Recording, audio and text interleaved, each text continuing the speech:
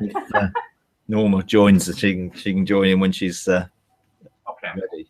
Yeah, the first thing I want to talk about, I know this will sound pretty basic, but if you look, we have the eyes of our our heart, the eyes of our spirit, the eyes of our imagination.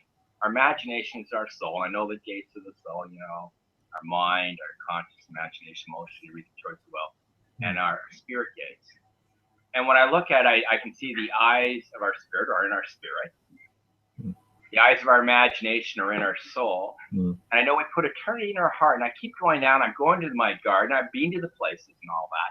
But I keep going, my heart, where is my heart? Is it in my soul or is it my spirit? Okay. Yeah. I mean, I've just been dealing with this in the sort of teaching. The heart is in essence the soul, and the heart has eyes, ears, a voice, which are the senses of the soul, the conscience, the imagination, the reason. And the heart has emotions, and it has a will, and it has choice. So if the heart has all those things, but in a sense, the garden of the heart, the place that we're supposed to tend and cultivate, is different from the senses that the heart has. The imagination is a thing where the eyes of the heart are able to engage and see and experience and perceive and everything else. But the garden of the heart is really the key where soul and spirit come together. For me, that's the intimate place where, in essence, who I am redemptively and how God has made my personality to be and how he's wired me up connects with my eternal identity in the spirit to become one. And therefore, I need to tend and cultivate the garden of my heart by taking that which I receive in the spirit and plant it there and engage it there. So the river of life is flowing from heaven through my spirit gates, through the garden of my heart, to eventually flow out through my soul gates to the world, to bring life wherever it goes. So I would say that my heart is, in essence, my soul, but my soul and spirit need to be joined together in that garden, so that it reflects heaven. So as Adam's garden was called to reflect the Garden of Eden in the spiritual realm, so my soul is called to reflect my spirit, my eternal destiny, if you like, outworked through my personality, how God had made me to be, so that they're in a full alignment. Of course, when we get born again, our spirit then has to wrestle with the soul for that position of authority. And once the spirit is the inner flowing from the innermost being, then I think soul and spirit are supposed to be in union, just flowing, rather than it being, well, my spirit's doing this and my soul's doing that. Once they're in a position of reflecting the right thing, then they just flow. And I don't tend to think about, well, I'm in the garden of my heart, that's my soul, because the river of life is flowing there, and I'm joined with the spirit in terms of being one spirit, being joined with God and one spirit with him. Therefore, my spirit, his spirit, flowing into the garden of my soul is just life. It's producing the life there. It's the ability then to plant and tend and see fruit grow and see the testimonies of my experience with God and my relationship with God engage. It's where I can lie down in green pastures. Where he makes me lie down in green pastures is that garden of my heart. So for me, that's the core aspect of it, that the senses of conscience, imagination, reason, and choice and will, and those emotions, they all function from what is stored in my heart. The problem is most of what has been stored in my heart has been received from the outside in. So my conscience has been shaped by the world I live in and what I've been brought up with. my imagination has been shaped by all the images and the things I've received. My reason has been shaped by the mindsets and belief systems that I picked up from the outside in. And essentially that just basically caused my heart to be barren. Hard soil, rocky soil, weedy soil, very little good soil. So I have to deal with the soil of my heart so that the good soil can produce good fruit. And then my heart is reflecting, God's garden in Eden. And so my heart is reflecting who I am spiritually, so that I function together. And I think that's the key, And I think it's the same thing with, okay, my imagination, the eyes of my heart, being able to engage that so that I can perceive life is actually no different from the way I perceive everything. It's the same central function of my mind to interpret signals, information, electrical impulses, and bring understanding. And I learned to engage the whole world around me by interpreting the visual images that come through my natural eyes. But the screen in which they're projected is the same screen that things are projected from the inside out onto. It's just learning to receive things. Then you're talking about the eyes of our spirit. It's just the direct spiritual vibrational frequency which is interpreted. So the eyes of my heart receives images, impressions, thoughts that come from God, come from how he speaks to me, and I've learned to tune into his voice, so I become sensitive to it. But all that goes on in my mind. But what is stored in my heart will either block, hinder, or stop that, or enhance it. So the more truth and revelation, and the more my testimony of my experiences with God, the more I plant the revelation that I've received as seeds, then the more it's easier for everything to work together and flow together. So when I look to engage my spirit and the eyes of my spirit, I'm looking to engage the spiritual realm, and the flow of information that comes from that spiritual realm, my imagination, the screen in my brain, interprets as his thoughts, pictures, impression, whatever.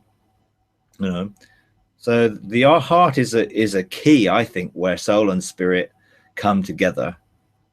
And it's a spiritual dynamic.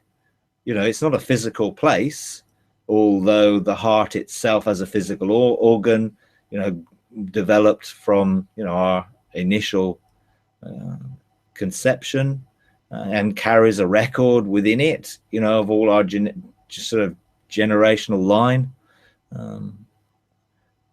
But I have to tend and cultivate it, and so that it contains life. So Proverbs 4, from guard your heart, because from it flow the springs of life. So everything that we have in our heart is either going to hinder or help the flow that comes from our spirit. And the more we've dealt with our heart, the more the flow comes, and the deeper it goes, and the more, in a sense, the life that it contains.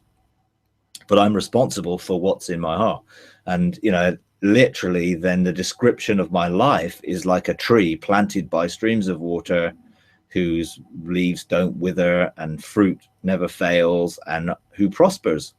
And that's how prospering takes place.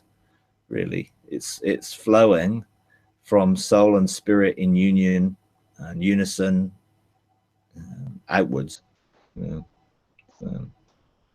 Yeah. Good morning. Oh, good morning.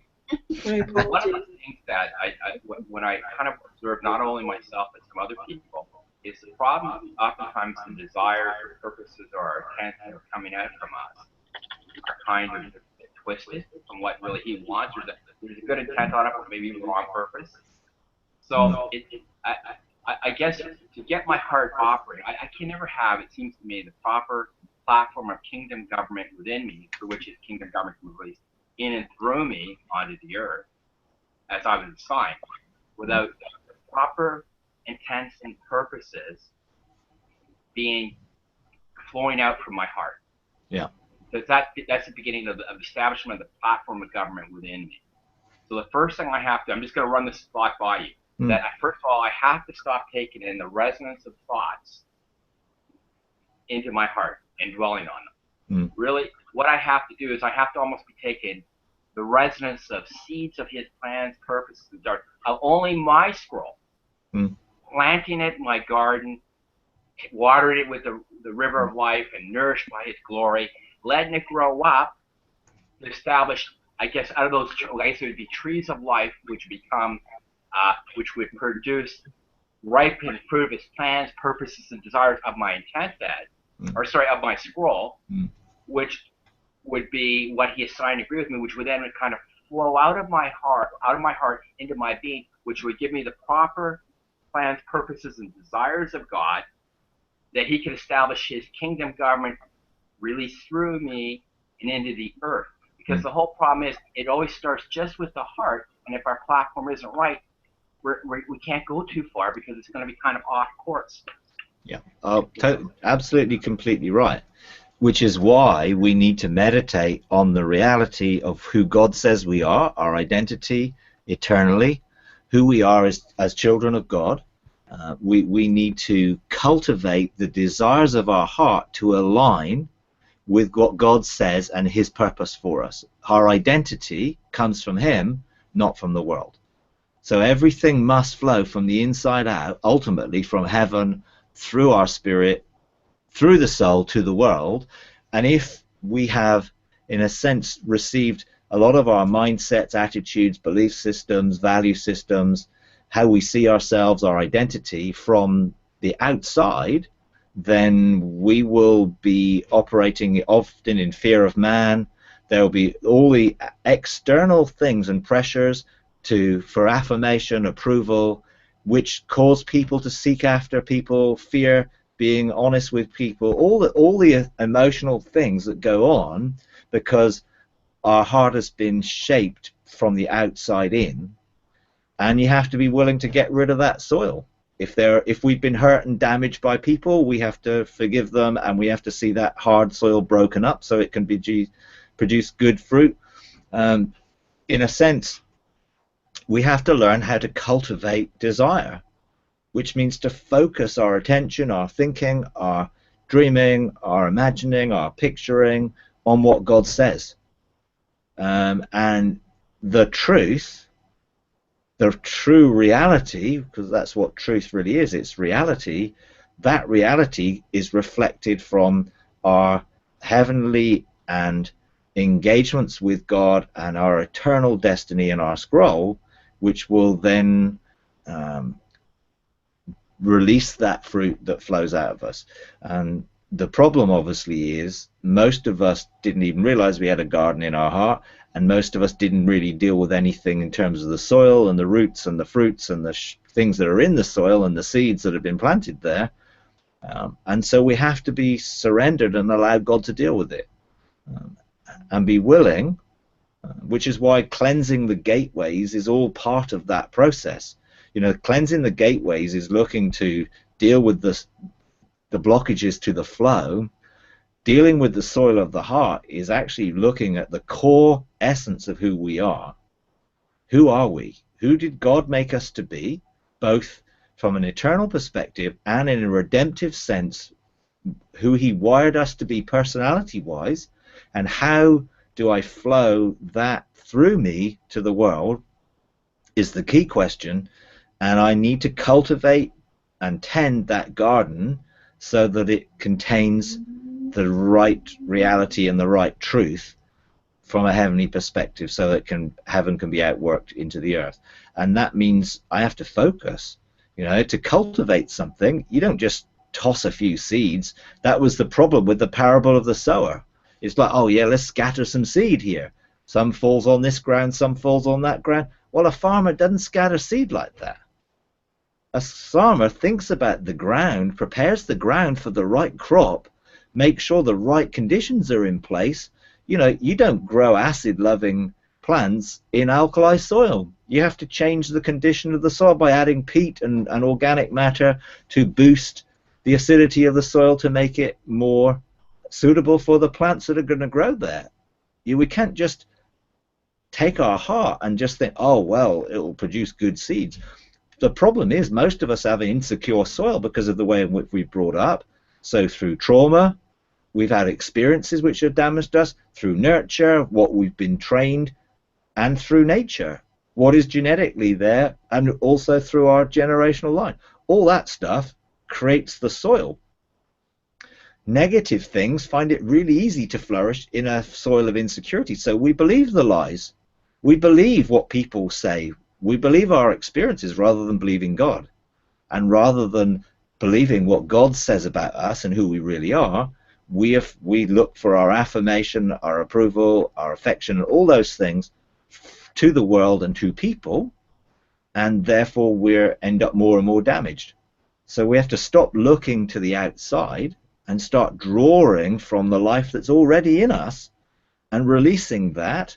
And then as we're focusing on that truth, then we then deliberately plant into good soil.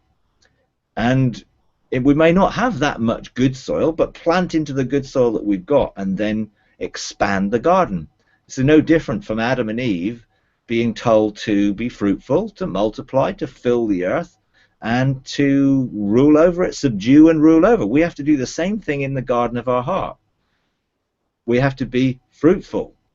So what is fruitfulness? Well, it's taking the fruit of the Spirit, or taking the fruit of the truth of who we are in God from a spiritual perspective. We have to really look to expand that small area that we may have truth and revelation in, and see it grow, and begin to creatively begin to speak it into existence, to deal with the stones and the memories and get rid of them, you know, to deal with the hard areas where we may have been trodden down and disappointed. You know, I mean, I go into this sort of quite detail in the Garden of the Heart part of the Engaging God Manual, which I've just finished, because it's really, really important. You know, and I looked at the garden of my heart a few months ago from a perspective I've never seen it before. God took me flying over it, and I looked down from above to see how the river of life flowed and how it looked like a tree. You know, all the tributaries went out, 4 branches went out. They had 7 tributaries coming off, and there was just fruit planted alongside the whole of it, because it was designed to look like the tree of life, you know, the heavenly tree of life. And it was like, that's how it was patterned. I had no idea that what I was doing was according to that pattern, but I'd given permission for it to flow within me, and therefore I was just following the course of the flow and planting things and testomeres and all the things I've been doing. But actually it wasn't haphazard. There was a flow to it, and when I looked at it, I thought, wow, this looks like a really strong trunk. It's got roots in there that have been planted. You know, it's like, this is my life-giving tree. You know, I am this tree. This is who I am in union with God and my spirit. This is who I am. So it was very much sort of a wake-up call to really guard the garden of the heart. I mean, it's an absolutely key area to embrace and engage, and to make sure that we set our heart on the right desires, which are the ones that are flowing from the inside rather than the ones that we've been used to drawing from the outside. Then we'll be secure in our relationship with God. We'll find intimacy and relationship with Him. We'll find that everything that we have will come from his eternal perspective rather than the natural one which we've been brought up with.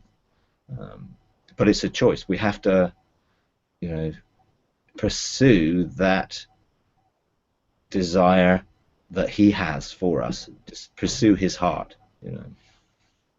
And it seems to me, Mike, also, just for a simple way of doing that, I think, and your thought is, all I'm doing is as I'm moving around the day, whenever anything's going on, I should always be in a state of rest. And anytime rest is broken, I've got to go back to my heart. What's wrong? Whether I'm anxious about something, angry, anything at all, I go right back to my heart. What's wrong? Why is this happening? Yeah, absolutely. That's the sense of peace that guides us. So our conscience is what produces that sense of, I'm not in rest. You know, why am I not in rest?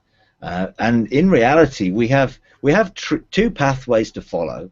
We have the pathway of the tree of life, and we have the pathway of the tree of the knowledge of good and evil. One will produce rest, and the other produces works, dead works at that. And everything we try and do independently from God in our own strength to establish our own identity will be dead works and will always cause damage to our heart. And because if you're not at rest, then you must be working, you know, from a principle of where our identity comes from.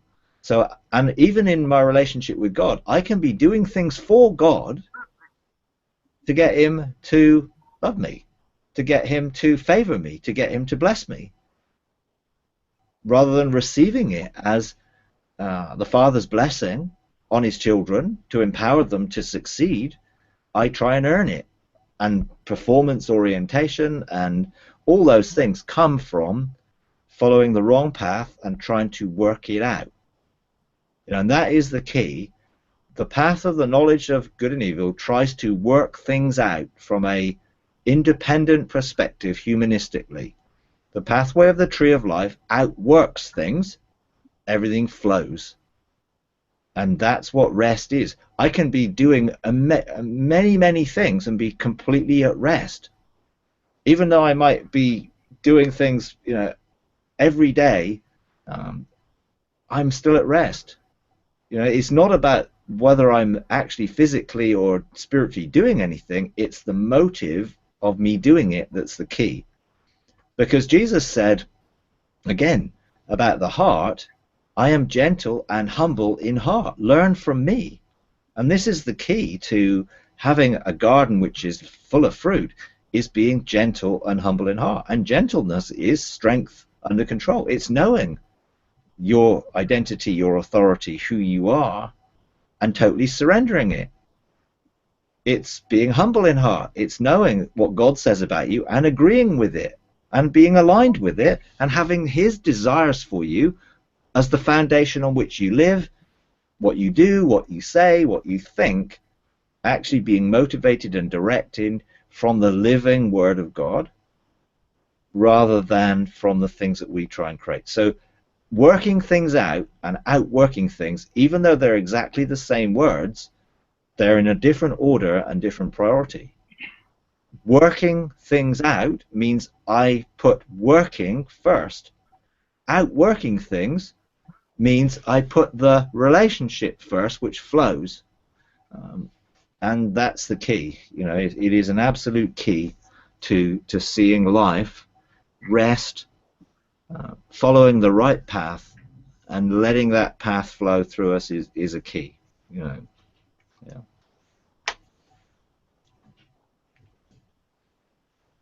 And that's so huge, because I guess every day we can encounter something or a lot of things, and it's how we deal with each of those things we encounter, whether we're working it out or outworking it, really determines how we grow. Yeah, totally. Because I can do everything else, the gates and everything else, but if I'm not doing that, that's the very basis. It's actually the exercise he's giving me to learn how to flow.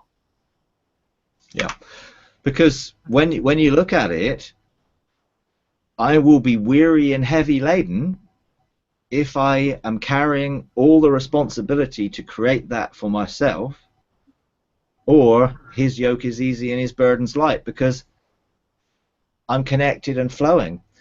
And we, religion basically promotes works, earning, having to perform, which brings weariness and burnout and all those things, anxiety, worry, concern, fretting, all those things, because I have to work it out.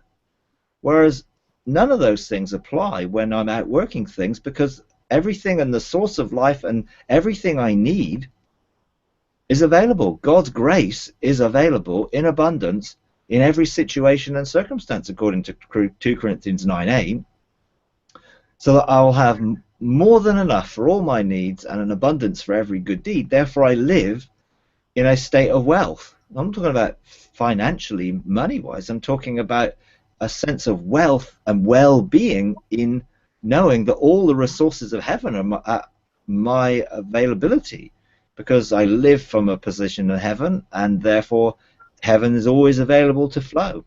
I don't have to try and create my own resources or make something happen or try and outwork it. I just have to be flowing from that position. But it does mean a degree of, I have to surrender and yield and give up doing it myself. There's a scripture in Proverbs that says there is a way that seems right unto a man. The soul will always think there's a right way, and that's why we have to be guard our hearts, because it says that the heart is deceitful and wicked above all things. Well, why? Because it's following the wrong path. And in that following the wrong path, we have to be careful that we just don't follow our heart. People say, oh, just follow your heart. Well, that's great if your heart is directed by the flow of life from your spirit. It's not good if it's actually not, because you'll follow the desires of your heart to meet your own needs, to fulfill your own needs, and it will end up more and more damaged, more and more disappointment. Hope deferred makes the heart sick, but hope fulfilled is like a tree of life. That's again Proverbs. And having a sick heart will cause a lot of problems. And most of us have a sick heart because we've been let down, disappointed, disillusioned, often in despair, because we just can't do it. No matter how hard we try, we cannot attain the pass mark. And unfortunately, religion continually promotes a pass mark, which presents God as a harsh taskmaster that's going to look at whether you've passed the test. And God doesn't set tests like that have a mark that we have to attain. He wants to draw us into a relationship that enable us to flow and be at rest, be gentle and humble in heart, and outwork who we are. So my identity is who He says I am, and He says I'm His child, so I live like His child. And as His child, all the family benefits are mine. I'm not just any old child. I'm a child of the King. So I'm a royal child, if you like. And one of the things is, even as so many people now are going through into this new wineskin, and they're seeing and having great revelations with the Father and then His kingdom. The fact is they're limited what they can do, because they're trying to take it back in and work it out, rather than outworking it with Him in the flow of the Spirit. So in a way, they're almost tied back into where they were before, with just more revelation. Yeah. It's so true. Essential. Yeah, oh, absolutely. Yeah. And I think there's a sense where this is where engaging God in intimacy, to really find that place where we really are safe and secure to be honest and open with ourselves. When we really, really know God loves us, and we know that foundation of His love is is established eternally and will never change, then we can be honest and open and be real about actually what our heart is really like. You know, all the trading flaws are the motives of our heart that may have been there in the past. If we don't own it, we'll never deal with it. And most people don't own it because they fear God will punish them or discipline them or won't love them anymore if they really deal with their heart. And that will never produce any real good fruit. We have to be willing to accept that our heart has been deceitfully wicked. And in its natural state, that's what it has become because it's drawn from the wrong pathway. Now, God does not punish us for that. He offers us, hey, come and lie down in green. I mean, Psalm 23 is a key passage to understand how the heart works. And he doesn't give it's not like, okay, well, if you would like to lie down in a green pasture, then that would be really nice. He says, he makes me lie down. It's so important that I come into that place of rest. He will do everything he can to bring me into that place. And then those quiet waters flow. And what does it say? He restores my soul. So I have to lie down, stop striving and struggling, and let him restore my soul by cooperating with him in relationship. So he can whisper those truths to me, so he can speak life to me, so he can show me how much he loves me, and therefore I find it easy to just surrender to him. But when my soul is needing to meet its own needs, then from that place I have to do that myself. You know, and that's when, you know, when I had the encounters in the dark cloud, it was all about dealing with the core principle of who he made me to be and surrendering it, so that I was not using my identity to meet my own needs. And so my redemptive gift was not driving me to perform. And that was very hard for my soul to acknowledge, and it fought over it. But when I yielded and I surrendered and I died to doing it that way, then life afterwards was so different, so integrated and one, and so free to just be transformed. You know, I didn't have to fight transformation or avoid it because of fear of what God would be like or what people would think. You know, I don't really care what anyone thinks, really, other than God. You know, God's opinion counts. It's not that I'm not willing to listen to people speak the truth to me, because I love that, because I've given them permission to do that, because I'm open for any hidden things in me or any blind self errors in me to be unveiled, and God uses people to do that at times, which is great. You know, but I'm not trying to get their people's approval.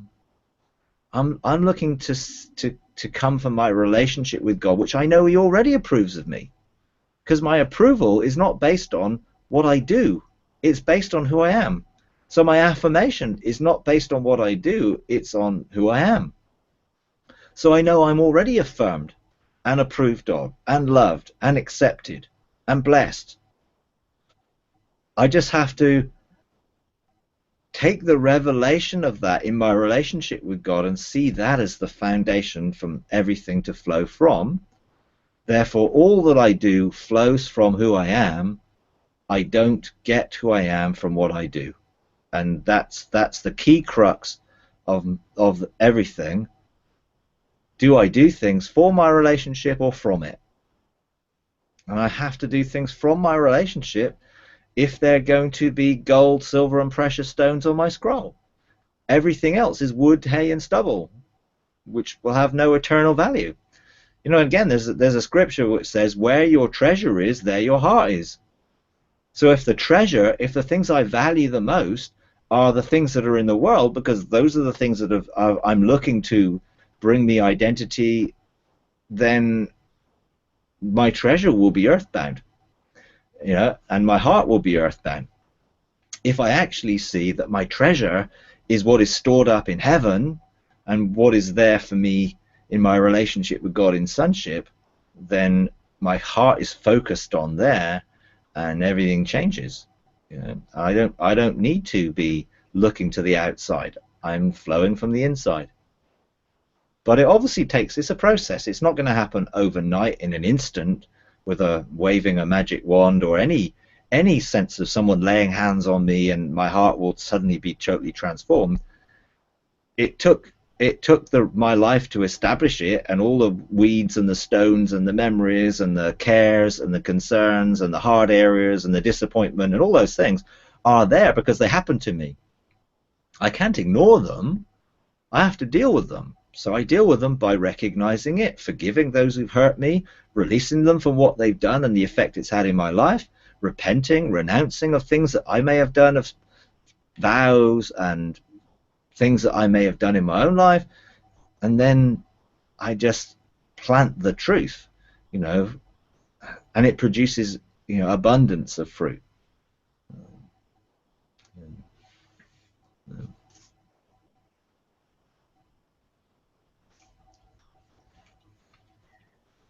I got a question, Mike. Yeah. I've heard you say that there's a little bit of an echo here. Every transaction, every financial transaction, you buy something in a store, you buy something from someone, it's it's a trading, like you're trading, it's a trading exchange. Is there something that you do when you trade, when you purchase any financial exchange, that seals that you're supposed to do to make it a right exchange, to make it, how do I, is there something that you need to do in that trading? Like with when you give your offerings or your tithe, there's something, you release it into the kingdom. Well, that's how I've been taught anyway. That's how I understand over the years, that you release it to God in the kingdom because you're giving it to Him. Is there something that you do with a financial transaction or any kind of transaction with another person that makes it right? Yeah, I know what you're saying. I think when I give something, I'm giving because I freely received, and the motive of my heart is to bless, because I'm blessed to be a blessing. So the motive is the key to any transaction. If I'm doing it for selfish reasons, and I'm not saying God doesn't want to multiply. I believe in sowing and reaping, and I believe in multiplication, but my heart for sowing is the blessing of that seed for others, whether it be to bless God's purposes in the earth and His kingdom to see that expand, or whether I'm giving it to someone else so that I can bring blessing to them. So even when I'm purchasing something, the motive of my heart is not on what I'm receiving out of the purchase, is actually what I'm giving to the other person. So if I'm going to shop in a shop, I'm not really focusing on what I'm receiving, but actually that's a blessing to others. I'm giving them funds to bless them. So when I pay my taxes to the Inland Revenue Service, I actually give that as an offering to bless the running of the country. I don't see it as I'm being robbed and they're taking my taxes, they're taking my money and they're using it for this. And my attitude in it, the motive of my heart is, I give this willingly because I actually want to bless my nation, and I want to bless the government and give them the ability to rule and bring government. So the motive is the key. In any trade, in any exchange, the motive of the heart is key, and thinking about that from a different perspective is really important. Everything in the kingdom is about giving, not receiving. Because God so loved the world, He gave. So if I'm looking to, even if I'm looking to buy something, I can still see that as an opportunity to bless somebody. They may be giving me a service or a goods, but actually I'm giving them something in return which is going to be a blessing to them. I don't focus on the fact that I'm getting something really nice. You know, you know, that's the byproduct of it, but actually it's not the reason. So some of that, it changes your view on how you can be a blessing to the world. You know, Abraham was blessed to be a blessing, and he was called to be a blessing to all the families of the earth, which is in a sense the gospel message, the good news that we carry. But we are also called to be a blessing individually. So I tend to always look at the trade in what I'm giving, not what I'm receiving. And when it comes to a covenant exchange, it's what I can give into this covenant rather than what I'm getting out of it. And I think that's what the real love motive is about. And so that you have a different mindset, a different view to all transactions. Now, if my heart's motive is right in the transaction, I do not need to fear what comes the other way. You know, and I think when it comes to trading things like, I don't know, praise or thanksgiving, I trade that to God because I don't want the focus to be on me. So I'm giving that to him so that I can have more of him, because I have to decrease so he can increase. So if I'm full of myself and, you know, big-headed and so like proud because, oh, look at all these people are saying all these nice things about me, then I'm going to have less room for him. So I go and trade those things, give those things to him so that I can have more room for him. So I'm not going to think more highly of myself. Now, that doesn't mean I think myself of a worm. I think of myself extremely highly because I think of the way God thinks about me. I don't think about myself from the perspective of what I've created myself.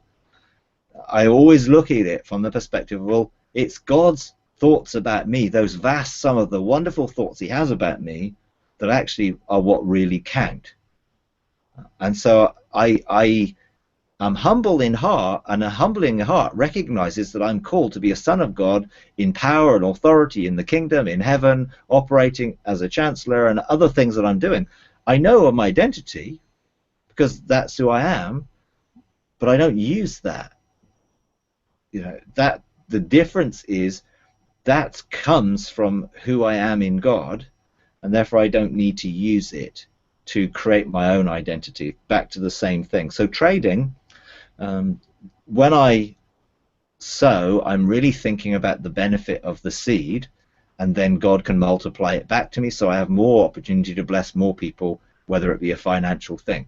So when I look to see a multiplication, it's so I have more than enough for all my needs and an abundance for all the good deeds, all the good works that God has prepared for me before the foundation of the world, and I need all the resource to be able to do that, whether that be financial resource, wisdom, insight, understanding, or anything else that I might need to give. I focus on the giving, and I think that's the key.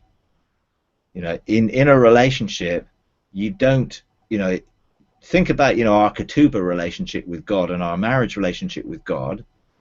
I am not coming to God to demand that he gives me his part of the deal. All I want to do is focus on me giving me to him. What he does is his responsibility, and I know he will never let me down, he will never leave me and never forsake me, and he will never fail. So I don't have to be worried and concerned about what God's going to do.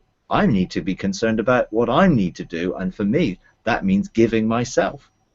You know, and when you do any sort of trade into something which is a promise of God, or into the blood of Jesus, or into the cross, or any of those things, our currency is faith. We exchange everything by faith. That's all we need.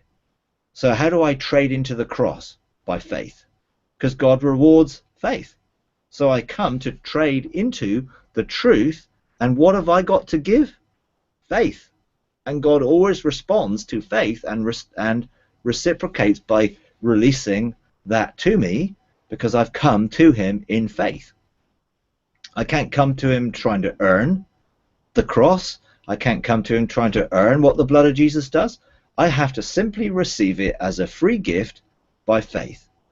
So I trade into the power of the cross by faith. So any trade into something must be done in faith. And if I'm not doing it in faith, then I must be doing it in fear or in works. So again, there's a good plumb line to look at the motive. Am I doing this out of fear? Because if I'm doing it out of fear, then definitely I'm trading in the wrong motive. So yeah, it's a really important area. It all linked down again to identity.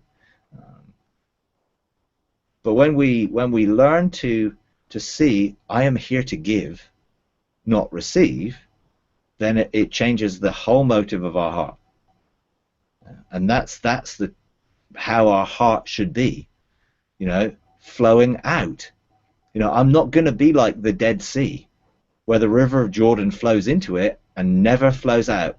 Because if I know my identity and the fact that God meets all my needs and has everything I need to fulfill my destiny, then I don't need to fear. I can give generously of my time, of my resources, of my finances, of truth, of revelation. Some people do not release revelation because they are fearful if other people know what they know, they'll lose their positions of authority. So they keep things secret because their motives of their heart are not right. We need to freely give what we freely received. And in that, I think we'll see a multiplication and to see we'll have more than enough for everything that we have if we know who we are. And we do everything in love. And that's the key in everything. Everything in the kingdom operates in love, and love gives. Love does not try to receive, love gives. And people say, well, you can never outgive God. No, you can't. But if you're trying to outgive God, and that's the motive of what you're doing, just because you want more, then you're not actually giving with the right motive and the right heart. Yes, you sow seeds so that you can get a harvest, but it's what's the purpose of the harvest that's the key, not the harvest itself.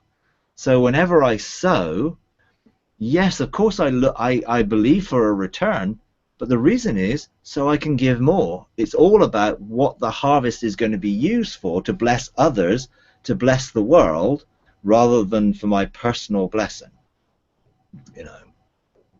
So yeah. An extension of what Norma says, would it almost be that everything you do with everyone you come across, everything you do, you look at it from a point of blessing. You're trying to bless whoever you're dealing with, your kids, or every time you're talking to them, so that even in those, I guess sometimes from time to time you have to do difficult things, which you don't enjoy, i.e. letting an employee go or something like that. It's almost like I guess it would change as I was thinking about it, where you'd almost change the way you're doing that. You're just doing the tough thing, but if you're looking at how can I do it so I can bless them, even though in a difficult situation, and then you come alongside God to do that, it really changes. As I'm thinking about what you've been saying, it would change the way I deliver things. Yep, absolutely. Everything changes. Yeah, everything when you have to changes. Do something, you just bunker down and do it, Yeah. Oh yeah, totally. Because everything changes if we all think about giving, and if we see our lives as an opportunity of blessing. So even our enemies, Jesus said, bless them. So even with because how does God treat his enemies? He wants to turn them into places, his footstool, where they can be a place of worship. So God's desire is not to wipe people out and destroy people. It's to see them come into a relationship with him. God would seek none to perish, but all to come to the knowledge of the truth, which really means that we have to be always focused on giving and not looking to receive. And therefore the motives of our heart will be really changed when we take that and flow that, and it makes such a huge difference. And you always have to guard your heart in that regard, because the choice is always there to do things out of self-interest. That's the pathway of the tree of the knowledge of good and evil, which is there every day. Every choice that we make is a choice between those two pathways, and one path flows out of us to bless, and the other one is contained within us to keep through fear. And people don't give mostly because of fear. Well, if I give, I won't have enough, because they're not looking for God as their provider. They're looking for what they've got and what they earn and what they do. At the end of the day, it says in Genesis 4 that the ground will not give its fruit if we're trying to plant it into the world system.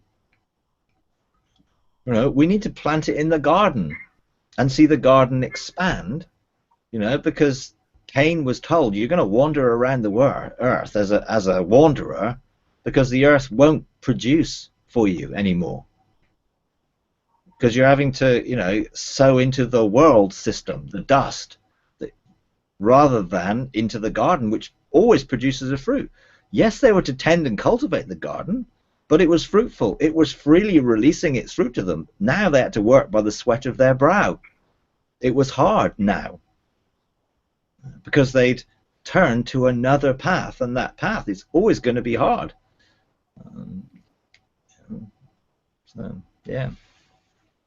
It's even, when you think about it, when you're doing something to bless the other person and with the right motive, it almost, at least for me, at least, it's a difference between, say, where I've been taught years ago and where I acted out of tough love, you know, do this and just hold the fort, versus blessing, and I'm doing it because I'm just, you know, because you believe and as you outwork with God, this is going to be better for you. Yeah. Versus kind of come up in your own life. For example, with your own kids or something, rather than no, you know. Yeah. That's tough love. It's a total different way. You'll maybe the same thing you'd be doing, but a different way. Your reason for why you're doing it. Totally, because if you're looking to discipline your children to make your life easier, then you're disciplining them for the wrong motive. You're doing it out of selfishness. If you're disciplining your children to bring them up in the way that God would have them to go in their life, then you're doing it because you want to bless them, and therefore you're not going to constrain them to what you think they should be doing or what they should be going. You're going to release them because you want to bless them. And yes, of course we need to create a culture of honor where we can speak the truth, but we speak the truth in love because it is to benefit the other person. If I'm looking to deal with anything to make it easier for me, and that's my primary focus, then I must be doing it from a selfish perspective. Always. You know, I need to do it, as you say, from the perspective of blessing the other person. And yes, we need to deal with this difficult situation. Why? Because we don't want that person to be negatively affected by it. If we're always focused on how it's affecting me and how that makes me feel and how that's disappointing me and how it is, you know, me, myself, and I have to die in this process. You know, if the focus is on me, myself, and I in any situation, and I'm always thinking about what will benefit me, and I will always be putting myself first, that is the selfish, following the wrong pathway, and it will never produce any eternal weight value at all. If I'm doing it from a desire for the person rather than myself, then that's always going to produce fruit. But it is a huge change, you know, because the whole world functions on that system, the following the pathway of the tree of knowledge, good of evil, and so does a lot of Christian stuff. You know, a lot of the thing is me, bless me, bless me, bless me, feed me, feed me, feed me, look after me, look after me, look after me. It's all about me. You know, and, you know, in a sense, that's why it says bless those who have responsibility for you. You know, don't look just to get them to meet your needs all the time, which is what the church system, the religious system, has created. Whereas a true ecclesia system is all about the one another's. Serve one another, love one another, pray for one another, bear one another's burdens, look out for one another. It's all for the other, not for me. Now, of course, if I look out for someone else, then they will look out for me. That's the whole point. But my focus is not, oh, well, if I look out for them, then they'll look out for me. Because, again, the motive wouldn't be right. So we have to create an environment where the one another's can take place. And if you look up the one another's of Scripture, they're all focused on the other person. They're not focused on being selfish. But most religious environments are very selfish. It's all self-orientated. It's all about me. So it's what I can receive, being a consumer, rather than what I can give, being a contributor. And that's why, in most religious systems, 20% of the people do all the work. And 80% of the people just sit and benefit from what the 20% are doing, because people aren't giving. And God desires us to be givers, to participate, to be involved. And I guess a simple catch for that, every time in any transaction you have, anytime you're dealing with anyone, is what you're doing. Are you placing any expectations or conditions on that? And if you are, then you've got to drop back and reassess what you're doing. Oh, absolutely, yeah. And it is a challenge. I'm not saying this is easy, because it is a challenge to be able to change the way we think. But then that's the whole process of renewing our mind. Having our mind renewed, not be conformed to an image of how everyone else lives, but to be transformed by the renewal of our mind so we can live as a living sacrifice to fulfill God's purpose and God's destiny in our lives. It's a constant issue that we all have to face, and it's a continual process and choices to be made. Every single choice we make, you have to look at, is this for me, and is this selfish, or is this not? And as I said, even if you buy something, you can still see it as, here's an opportunity to bless this person who has produced this product, so that actually, yes, I'm going to enjoy eating this product, but actually I have given something for it. I've not just received something for free. I'm giving because that's my heart. And being generous is part of that. Having a generous, God loves a generous giver. And we have to look at, do we give begrudgingly or do we give generously? Do we actually begrudge paying someone what it's worth? So are we always looking for the cheapest deal? I'm not saying that there aren't blessings to be had and God blessing us with bargains and things like that, but what's our motive? What's our heart in it? And I think a lot of that stuff is a desire. I mean, some people, have the attitude of, well, if I get a Christian to do this work for me, I'll get a good deal. They'll do it for me cheaper. Rather than, hey, I want to bless my brother or sister in doing this, so I want to give them what the full value of what they are doing. I don't want to discount because, well, they're in the church and they'll do this cheaper for me. Because again, it's all coming back to the same motive of the wrong trading. And it is a huge challenge. I must confess it's not easy, because everything is just so like that. But as we mature and become more conformed to the image of Christ, and we're transformed by the renewing of our mind, those are the mindsets, the value systems that need to be changed. The ways that we think from a perspective of giving or receiving need to be changed. But thanks, Mike. That's very good. Thank you. You're welcome. Okay, well,